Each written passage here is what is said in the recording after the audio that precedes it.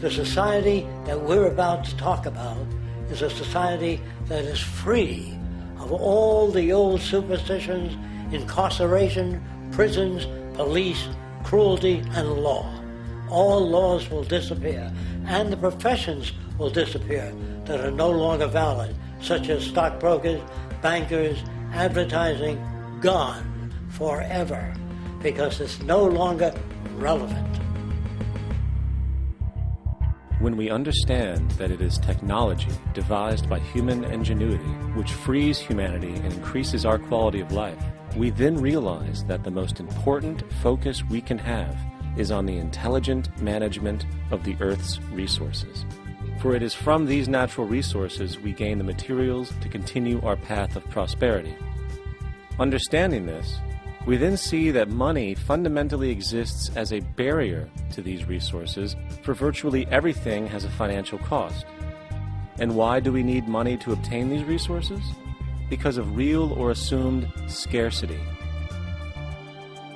We don't usually pay for air and tap water because it is in such high abundance, selling it would be pointless.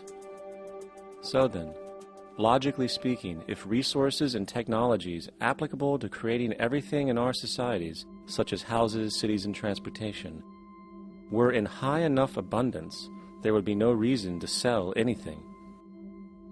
Likewise, if automation and machinery was so technologically advanced as to relieve human beings of labor, there would be no reason to have a job.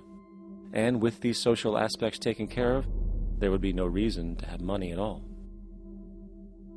So the ultimate question remains: do we on Earth have enough resources and technological understanding to create a society of such abundance that everything we have now could be available without a price tag and without the need for submission through employment? Yes, we do. We have the resources and technology to enable this at a minimum, along with the ability to raise the standard of living so high that people in the future will look back at our civilization now and gawk at how primitive and immature our society was.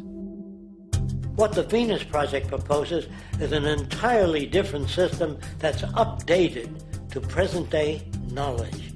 We've never given scientists the problem of how do you design a society which would eliminate boring and monotonous jobs, that would eliminate accidents in transportation, that would enable people to have a high standard of living, that would eliminate poisons in our food, that would give us other sources of energy that are clean and efficient. We can do that out there.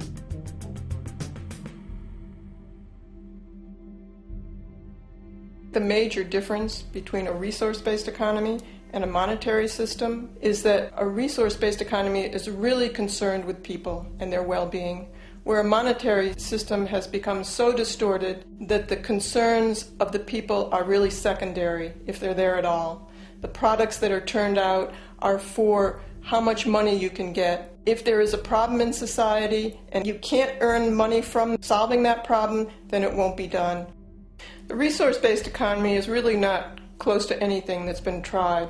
And with all our technology today, we can create abundance. It could be used to improve everyone's lifestyle. Abundance all over the world if we use our technology wisely and maintain the environment. It's a very different system, and it's very hard to talk about because the public is not that well enough informed as to the state of technology.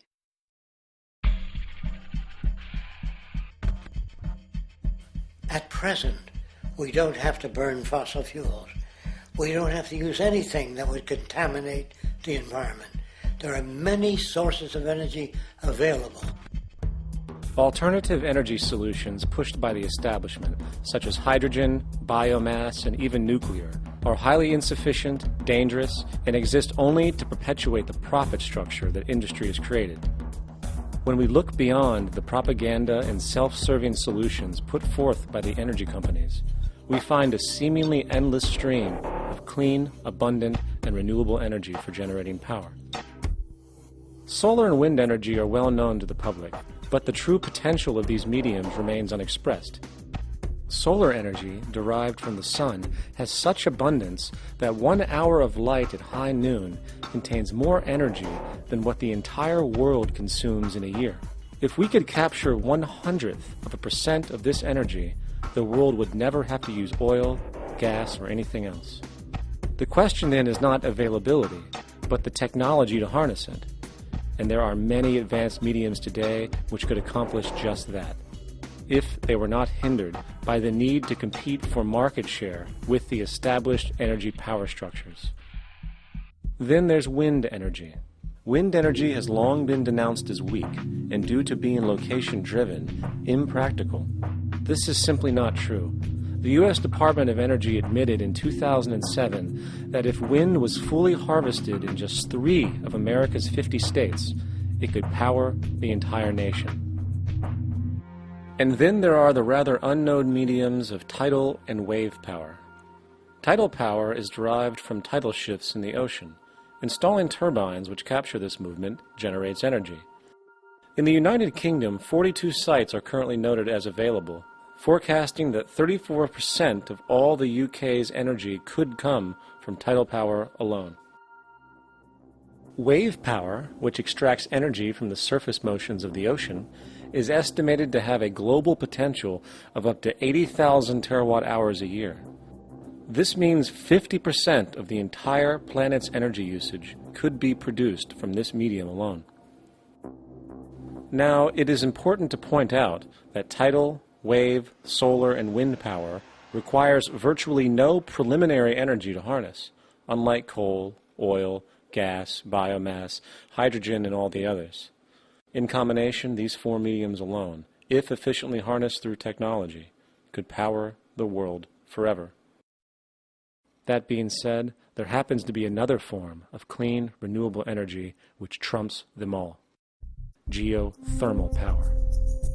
Geothermal energy utilizes what is called heat mining, which, through a simple process using water, is able to generate massive amounts of clean energy.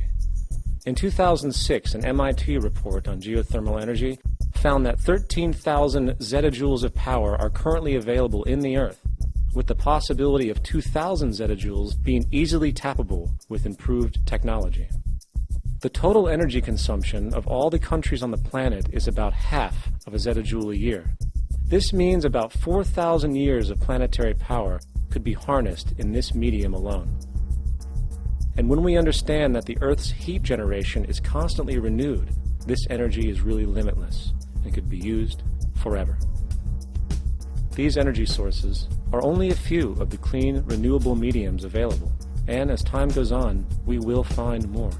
The grand realization is that we have total energy abundance without the need for pollution, traditional conservation, or, in fact, a price tag.